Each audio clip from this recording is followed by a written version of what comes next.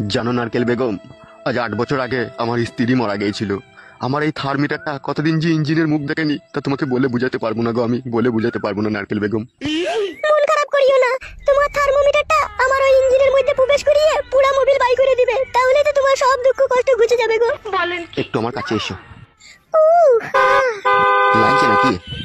না না, তাই আমার লাগে।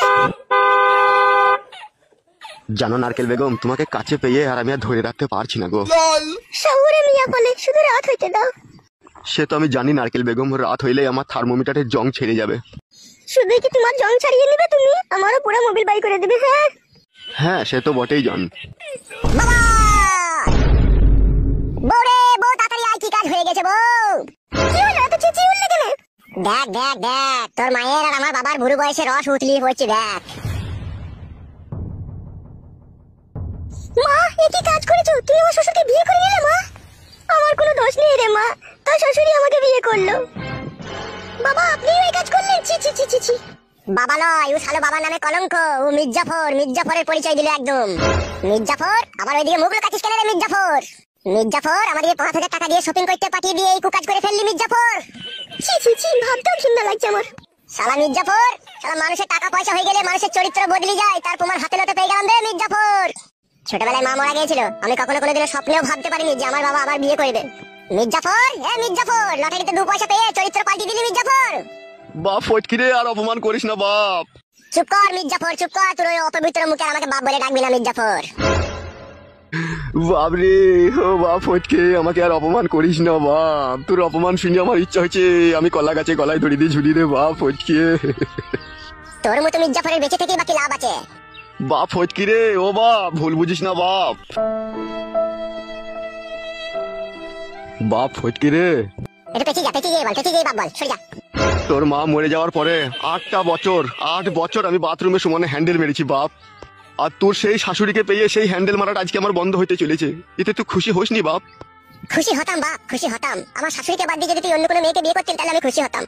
কেনে বাপ ফটকে তুই এই কথা বলছিস? তোর শাশুড়ি তো ফুলের মতো পবিত্র, আর সেই পাক পবিত্র মেয়েকে আমি বিয়ে করে আমি তো কোনো খারাপ কাজ করিনি বাপ। তোর শাশুড়িরও স্বামী মারা গেছে আজ থেকে 10 বছর আগে, ও সেই নিদারুণ যন্ত্রণা নিয়ে বুকের ভিতরে বেঁচে আছে। আবার আমারও সেই একই কেস। তা আমরা দুজনে বিয়ে করে কি এমন অন্যায় কাজ করেছি রে বাপ ফটকে? বাবা, আমার শাশুড়ির জীবনে এক গোপন রহস্য লুকিয়ে আছে, কি করে তোমাকে এখন বলি বাপ আমি সে কথা। কি গোপন রহস্য লুকিয়ে আছে রে বাপ তোর শাশুড়ির জীবনে? বাংলায় একটা গান আছে, শুনেছো তো বাবা? যারে আমি চোখে দেখিনি তার অনেক গল্প শুনেছি, গল্প শুনে তারে আমি অল্প অল্প ভালোবেসেছি। হ্যাঁ বাপ ফটকে, ওই গানটা শুনেছি বাপ। তা তুমি আগে পিছে না ভেবে তুমি আমার শাশুড়িকে বিয়ে করে নিলে কেন? এতে ভাবা ভাবির কি আছে রে বাপ? তোর শাশুড়িও বিধবা, আমিও বিধবা। তাহলে তুই একটু ভাবিস নি আমার শাশুড়িকে বিয়ে করার সময়, তাই তো? হ্যাঁ বাপ, বাপ শোনা, আমার কিছুই ভাবিনি বাপ। একটা গান শুনেলে বাপ, এই গানটার সাথে তোর জীবনের ম্যাচিং হবে। বল বাপ, আমার কি গান বলতো বাপ? মারিয়া বসন্ত তীর কলিজা করিল শশীর, কেমনে শিকারি তীর মারিল রে, ভীষ্মাকাইয়া তীরের মুখে মারিল তীর আমার বুকে, দেহ থুইয়া প্রান্তি লইয়া যায় আমার নারকেল বেগম আমার অন্তরে। হায় রে বাপ ফটকে, এ কি কুলক্ষণী কথা শোনালি রে। আজ থেকে শোন বাপ, তোর সাথে আমার কোনো সম্পর্ক নাই।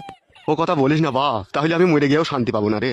তুই তো শান্তির জিনিস খুঁজে পেয়ে গেছিস, আমাকে নিয়ে আর শান্তি না করলেও চলবে। আজ থেকে জানবি তোর ছেলে নাই, মারা গিয়েছে।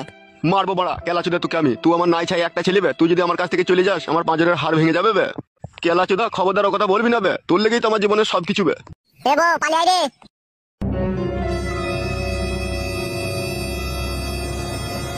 হাগো নারকেল বেগম, তোমার সাথে কি কোনো ছেলের সাথে ভালোবাসার সম্পর্ক আছে কে? রাম রাম রাম রাম, ছি ছি ছি, কি জি বলো তুমি? এই বয়সে আমার আবার ভালোবাসা?